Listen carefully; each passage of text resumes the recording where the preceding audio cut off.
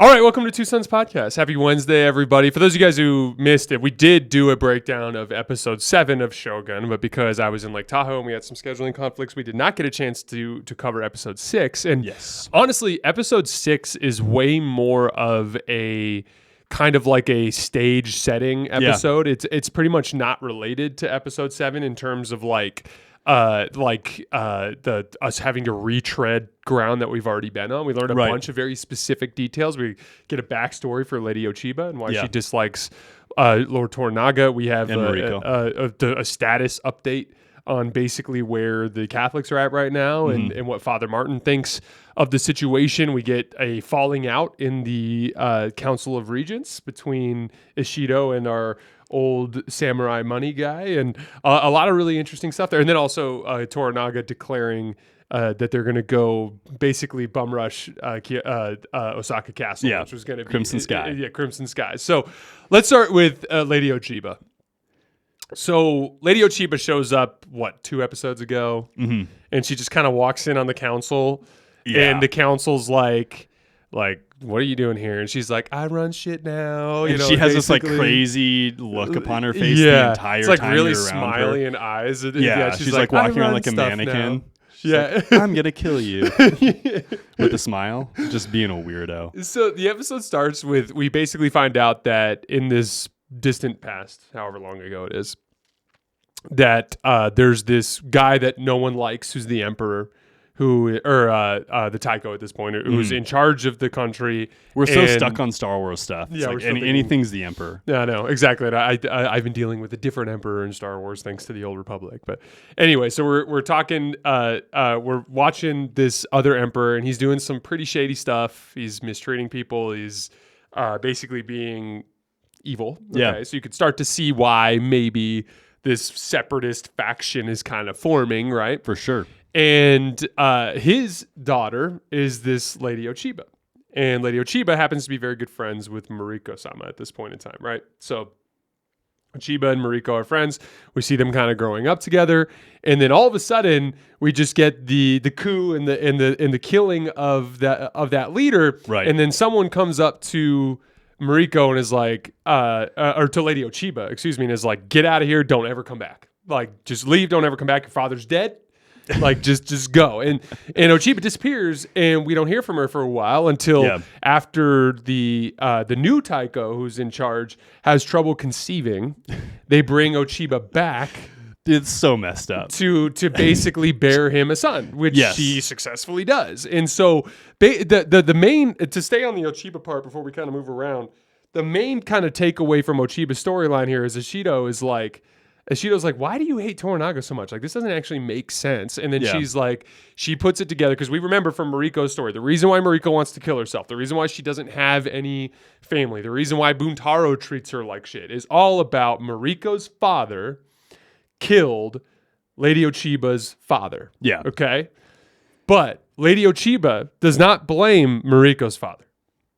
She blames Toranaga. And that essentially is the foundation of the angst and that retribution factor that she's feeling. Is she's under the impression that basically Mariko's father, I'm viewing it like she views Mariko's father as a tool, essentially. Oh, for sure. I completely agree with you. And then it also broke down some, and not in great detail. It was left open-ended, and I think it was left open-ended on purpose. But what Ochiba had to go through in order to be able to bear a son for the emperor, janky stuff, right? Yeah, they don't. Apparently, it was some weird stuff. Yeah, we don't know what. Yeah, we don't know what it is. We're not gonna pontificate about it. But they tried to do apparently some janky stuff to get a baby. Yeah, and it works. And apparently it worked. Yeah, whatever the tech that was, the medical tech. procedures that were available circa 1600 in Japan. There was something in there that they found. Very legitimate.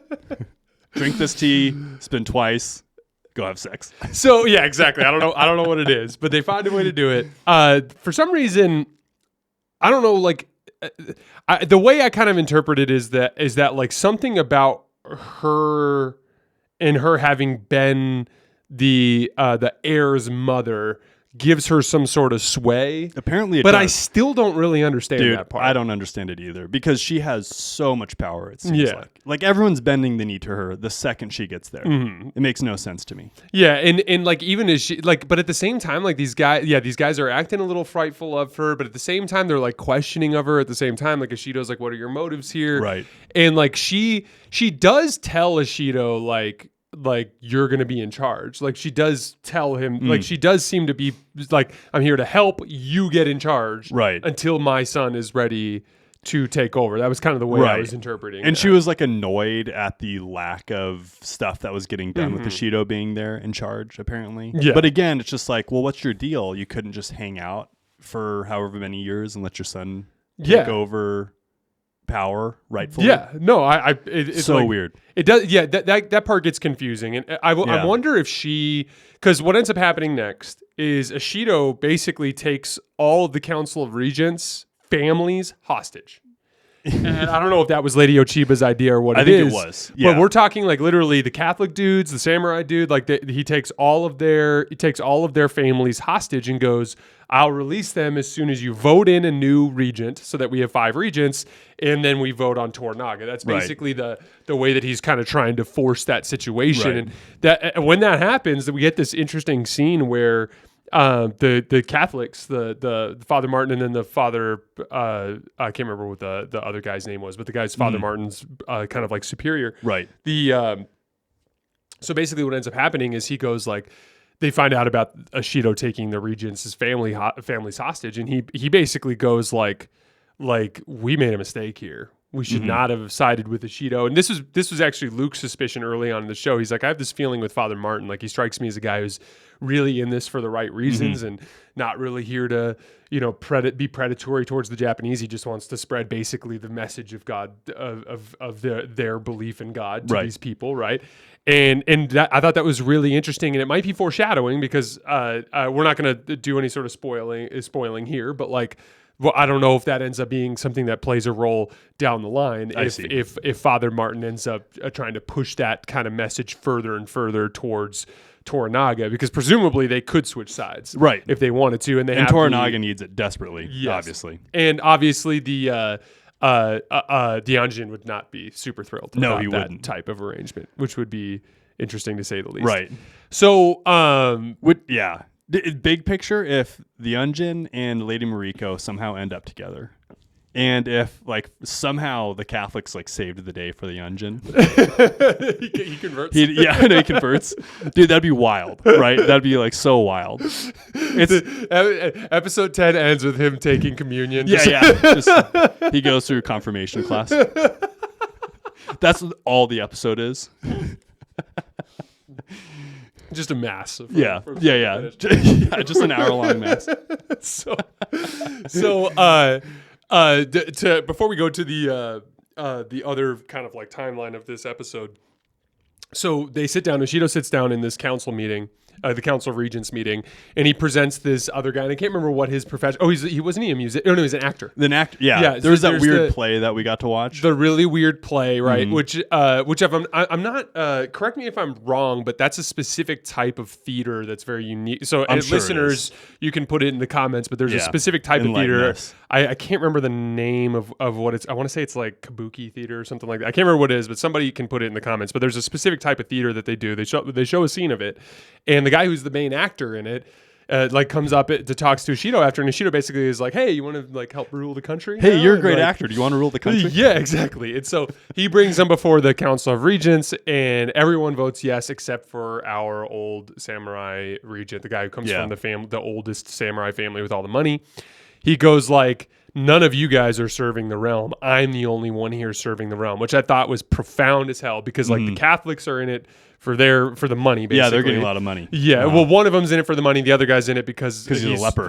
Which I believe his faith is more genuine. Right. Because, like they kind of specifically say his illness pushed him towards the faith. True. And then Ishido is like strictly in it for power, right, in personal interest, right?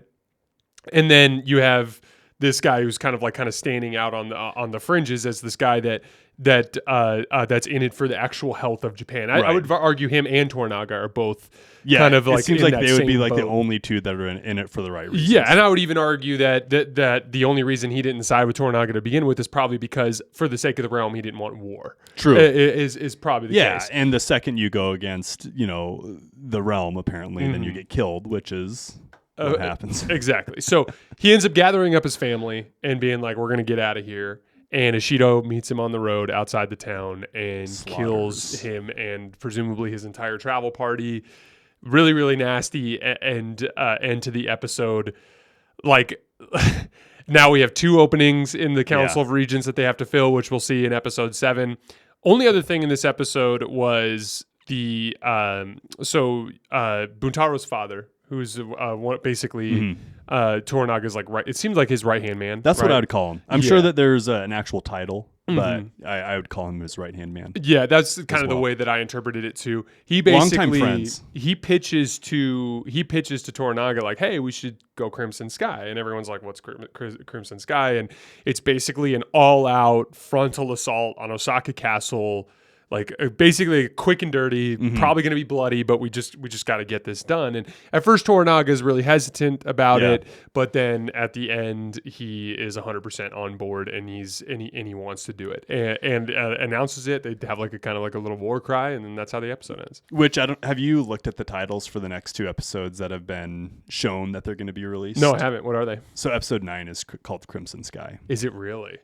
See, why would they do that? Dude, that's my take on it too. Like, why are we releasing the names of that's so dumb. The titles. Hulu, what are you doing? Yeah, because do you remember in Mandalorian how Mandalorian would like they just go like episode 7, and then like after it aired they give you the title, right? And then it would be like episode 8, and then after it aired they give you the title, but they never did it in. That's so dumb, dude. And I was so disappointed when I saw that this morning. I was like, well, shit.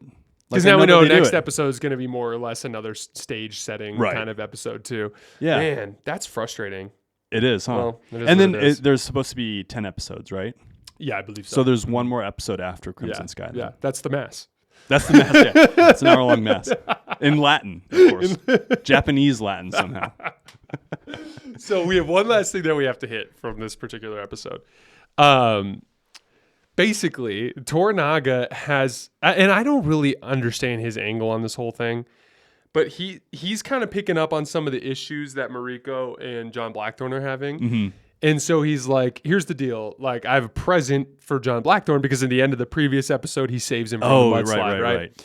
And he basically goes like, hey, I got you like the top price consort at the tea house here at the fishing village. You're going to get to spend a night with her. This is great. Yeah. And then at the end, like, I don't know if he's like fucking with Lady Mariko or if like I know. I genuinely didn't understand his angle, but he's like, Mariko's going to go. And you're going to be his translator. Yeah. Was that all it was? Was it just for translating, you think? No. Or do you think there was some sort of ulterior motive? I think there's an ulterior motive.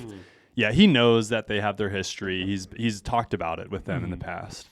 And I don't know what his angle is, but he definitely has an angle for sure. I hope the angle from Toranaga when it comes to Mariko and the Anjin it gets explained at some point, because there are multiple examples of him kind of forcing them to spend a ton of time together, and like there's definitely something weird going on there. But that scene ended up being about as weird as you would expect. Yes. to say it plainly, I 100% agree. Dude, first of all, it did not like it started with this like weird like multiple minute long scene of her pouring sake. Right. And like doing it, I know, in a really good way. Well. Yeah, because you can pour sake really badass, really well. But I have seen Instagram reels before. I have no idea. I think here's how. Because we're addicted to social media. Yes. Carly and I have been looking for more like art and furniture to kind of put in our house, just because we moved in earlier this year and we just haven't had much of we moved in at the beginning of last year. And we haven't had much of an opportunity to kind of like decorate. Right. And so we've been going around to places like, World Market and Home Goods. Sure. Yeah. Dude, places, hit up Etsy. Places we love. Yeah. Well, I guess you love it more than I love going to World Market. I love it. I just have a little bit of a short fuse with it, where it's like if we're going for like 2 hours, I'm like, oh my God. Dude, I get sleepy. Yeah. Oh, dude. I like the meandering around the stores, like. And like I love Carly, but she's a little on the indecisive side.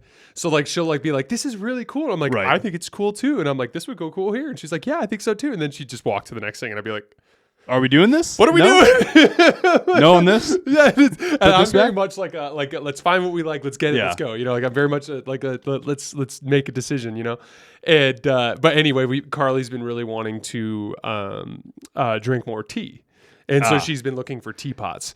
And so I think you know how our phones like secretly listen to everything we do. They do not even secretly listen. They listen. Everyone knows it. I'm listening. That is not a hot take. That is just a fact. That it is just a fact. It simply is. And so I saw an Instagram reel about like the quality of the teapot is about the smoothness of the stream. Dude, one that's crazy is I think I've seen this reel. Where they have like 5 different teapots and they rate the reel, and then they like see how high they can pour. Yes, that's the one. That's the one. How high they can pour the tea. So you watching that made me watch it because we're friends on social media. Yeah, clearly it's like this guy might like it too. So anyway, this high price consort does an amazing job pouring the sake. Just a fabulous job. And there's it gets to the point where what was that? There was that one weird scene where she like kind of went and stood in the corner. What was she doing at that point? There's two things that were very formal leading into their like little hookup session, right? So she essentially presents herself and she's like across like this little pond thing, right? And then Lady Mariko's like, "You've got to say that she looks nice or something." So then they do that. And then she comes in and then she pours the tea, and then Lady Mariko's like, "You've got to say she's a really good tea pourer." Yeah, you need to compliment her. Yeah. Yes. Yeah. Super weird. That was very weird. Formal. Yeah, and like that's why it's God Mariko's there to kind of like bridge the gap, because he's kind of like, "Nice job." And she's like, he compliments you kindly on your By the way, we could all use a Lady Mariko in our life. Oh, to kind of just like translate all of our shitty thoughts into things that are actually like exactly profound sounding, or easily digestible. Yes, dude, I 100% agree with you.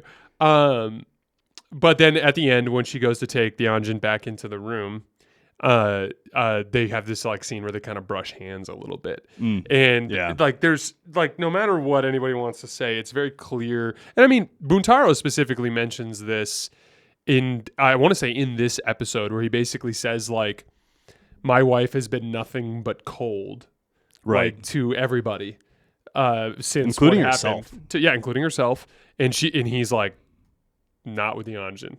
Like, he can pick up that there's real chemistry there, that there's like real kind of energy. Buntaro, there. How about you stop being an a-hole and treat your wife well, and maybe you guys could have a good time together. I don't know. Yeah, there is an interesting scene in this episode though where he kind of talks to Toranaga about that, you know.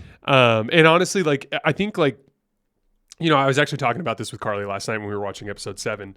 You know, I actually find Buntaro to be a super interesting character. I do too. And I have a feeling he's going to be redeemed at the end. I just have this feeling. And the main reason why is like, I think he is a victim of his own sense of loyalty and his sense of honor and his sense of belief in the traditions of his culture. And like, it honestly, like, you can tell that there's like an emotional war going on inside of him at all times behind like what he knows is right versus how he feels. I mean, even in episode 7, not to play spoiler in case you listen to this first, but in episode 7, when he actually goes to Toranaga and complains about, more specifically, that he thinks the Anjin looks at his wife a certain way, he like straight up like comes in hot, and then almost immediately goes like, "Oh shit, my bad." Which early in the episode, when he threatens the Anjin, same thing, comes in hot, then pulls back and goes, "Oh shit, my bad." Dude, he does that again.